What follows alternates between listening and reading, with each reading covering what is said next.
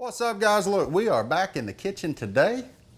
We're out of that duck call room and we're gonna do some eating. So what I'm gonna show you how to do today is my favorite summertime vegetables. It's a great side for July the 4th, but we also gonna throw some protein on the grill too. So if you wanna know, stick with us, check this out.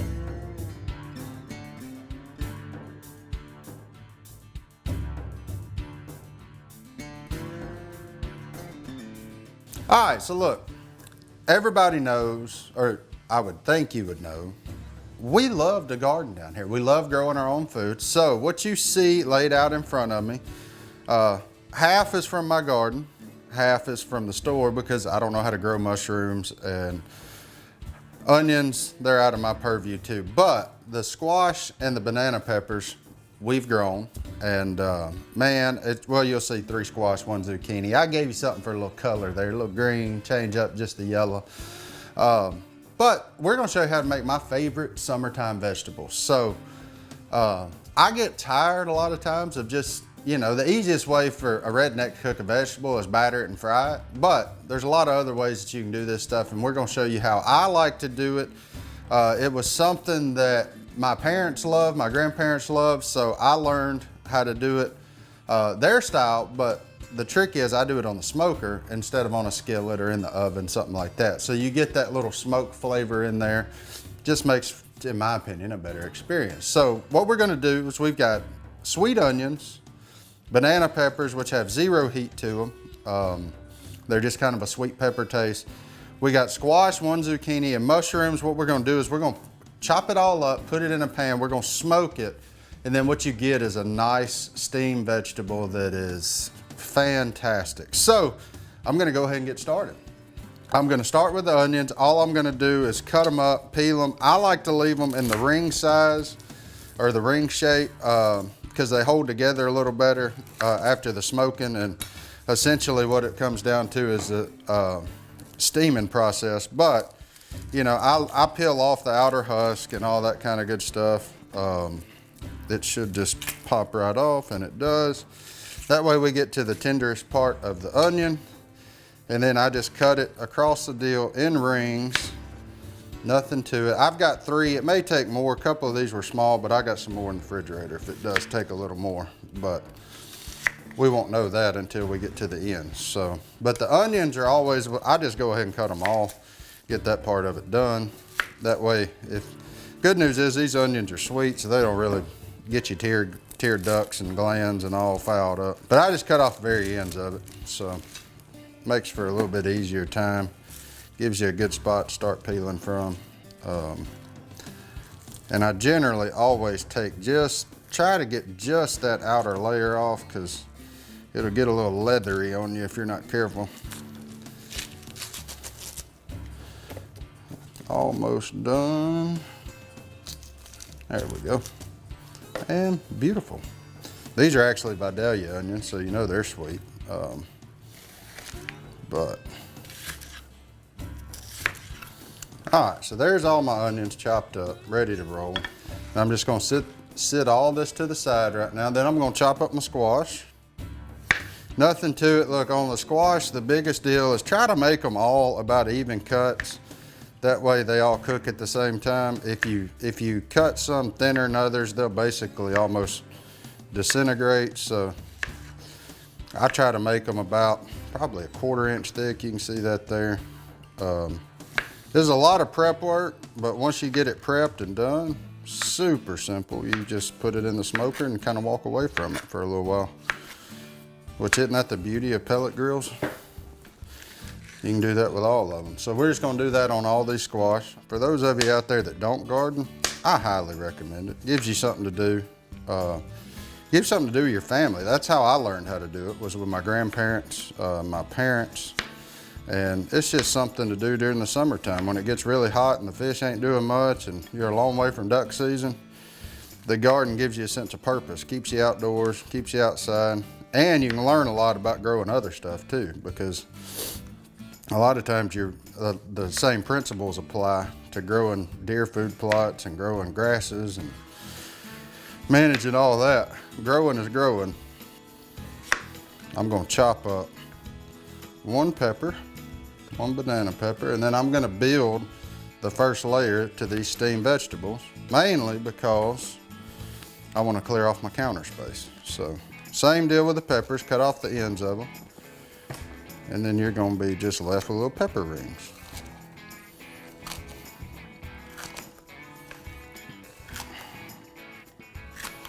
And then we'll build a layer. We'll show you what we're after.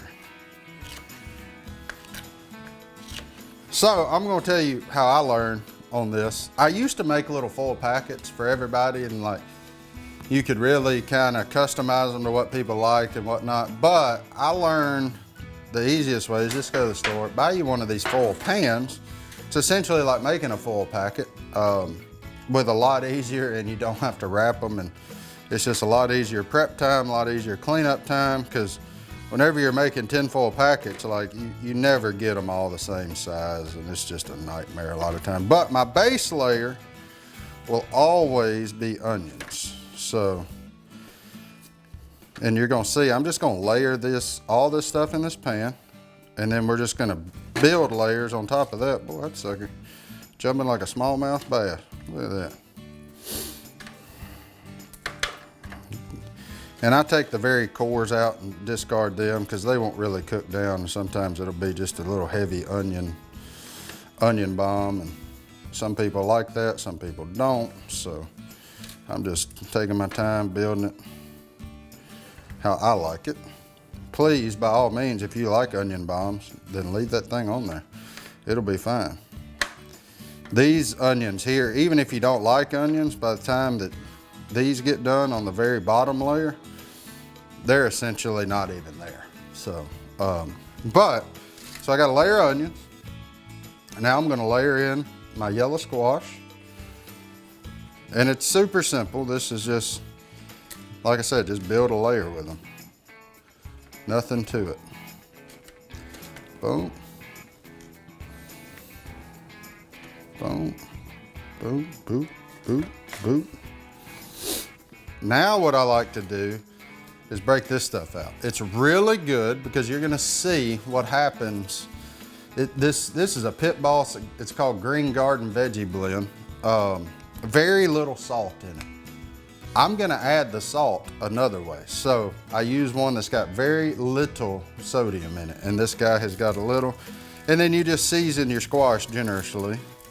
That'll make its way down to the onion, but we're just gonna, you know, don't be scared to use it. 'Cause like I said, it ain't got just a ton of salt in it, because nobody wants a salt bomb. We're trying to keep these relatively healthy. So now I'm gonna add the peppers. And these, look, you can use whatever. I'm doing crowd pleasing banana peppers here, but feel free if you want to use jalapenos, something spicier. But this is just like if I was cooking for 4th of July and didn't really know my audience. Since we do have July 4th coming up, I would make it with banana peppers just because it's a crowd pleaser.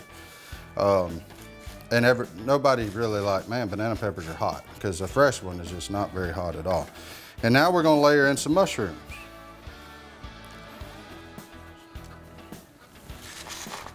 These mushrooms I bought from the store, and I washed them just to kind of, I'm sure if you cook with mushrooms a lot, you know if you don't wash them, sometimes you can get like a flavor of dirt in there.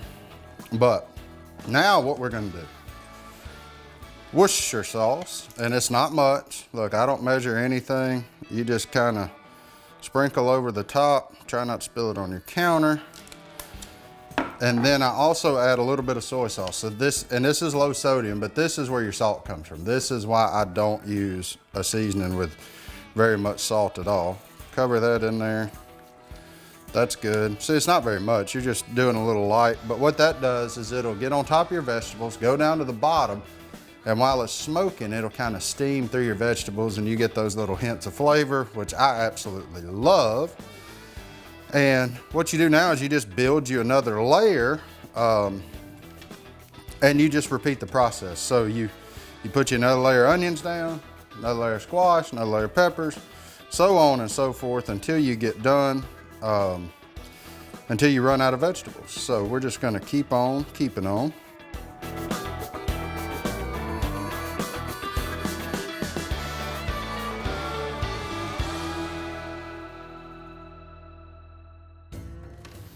And we're gonna hit these top ones once again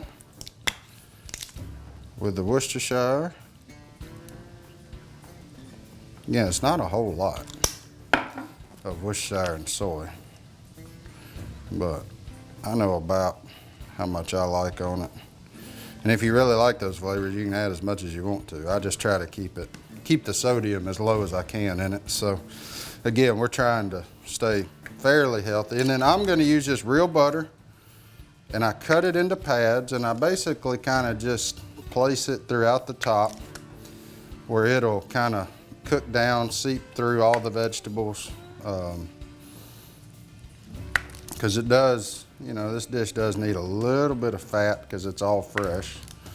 So, and it'll help soften up your veggies even more. But you see, it's not a lot. It's just, this is a half a stick for all these vegetables. So, but use whatever kind of oil you feel free. I've used olive oil before when I realized I didn't have butter. But to me, butter gives it a better. Butter's always better, right? I don't think any of us argue that. So now, we're gonna take these to the smoker. We're gonna smoke them uncovered on about 140-ish, 150. I've just got it on the cold smoke setting. But we're gonna sit them in there uncovered for like 45 minutes. So let's go put them on the pit boss and see what we come up with. Those vegetables are gonna smoke at 150 for 30 to 45 minutes. Depends on how much smoke you want. If you like a lot of smoke, you can let it go longer. If you like a little smoke, you can do it as short as 20 minutes. Doesn't really matter, but I'm just trying to get that smoke into the vegetables. So it's sitting out there by itself, uncovered. I found for me, I like the flavor at about 45 minutes worth of smoke. So I'm gonna let them sit out there and smoke for 45 minutes. At that point, I'm gonna go out there, I'm gonna cover them with foil. That way they can begin to steam and finish cooking. Because right now they're not really cooking. They're gathering smoke, gathering smoke, gathering smoke. So while we're waiting on that, the next little baby, and I did this before Hunter ever got here, we got some pork tenderloin. What I've done with the pork tenderloin is the same thing I do with the duck wraps. So if you want to know more about the pork tenderloin and what I do with the duck wraps, we'll drop a link down below. It's the same deal. I've got it wrapped in bacon because the pork tenderloin has very little fat. But before I did that, I butterflied it and I stuffed it with spicy cream cheese. There you go. Just to kind of give you that little pop of flavor on the inside. Sometimes pork tenderloin can be a little bland. But then I've got it wrapped in bacon, and I'm gonna finish it with some honey hog season, and I'm gonna let this, like basically this rub form a good glaze over it while we're waiting on the veggies to finish. So I love this seasoning. It pairs really well with pork, hence the name honey hog.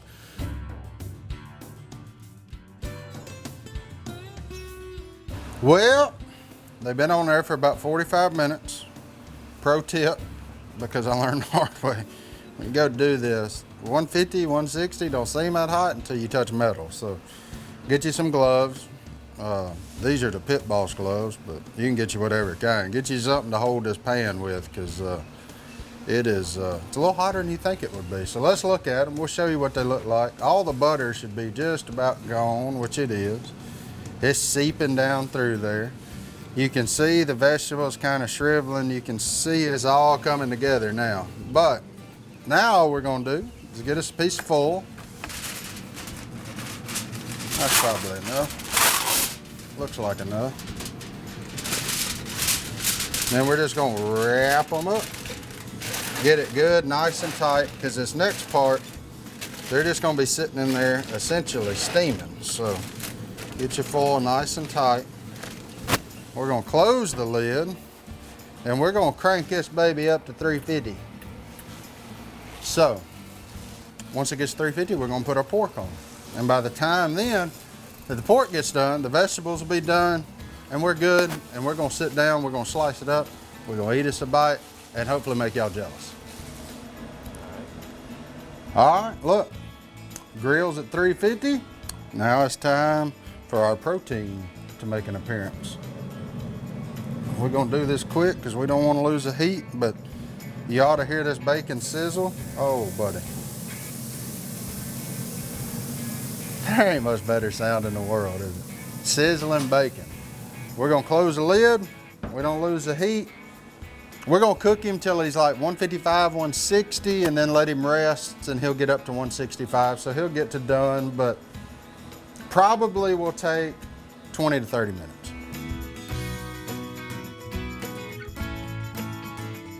All right, we let it go.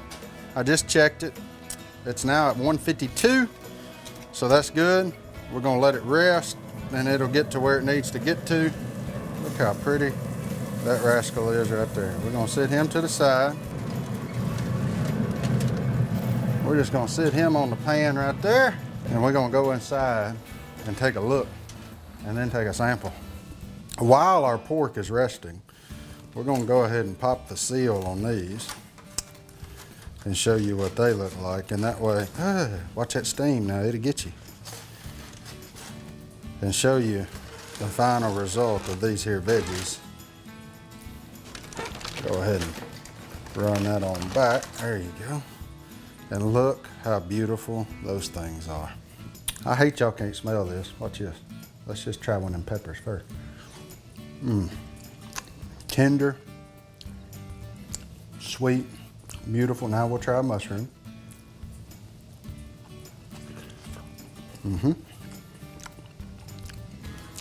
I'm gonna need a fork for this next try. I know better than stick my hand in there. I've done that before. Now we'll try some squash.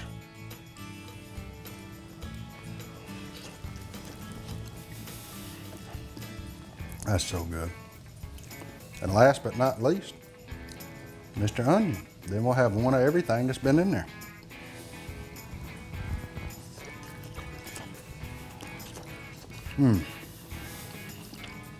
That is so good. Let's just go right here. Let's get us a nice, healthy scoop. Right there. Oh, look at that. That's beautiful. There you go. One little medallion. And there you go. We have you a nice pork tenderloin. Look at the juice coming out them veggies. And some summer veggies fresh from the garden. That's all it takes. If you're looking for something a little lighter this 4th of July, give it a whirl. Even if it's not for the 4th of July, if you have a garden and you're looking for a different way to have vegetables other than fried and whatnot, give this method a whirl. Thank y'all for watching. Look, leave us a comment down below if you want to see more videos like this. Like, subscribe, hit that bell. But for now, we're gonna eat lunch. We're out.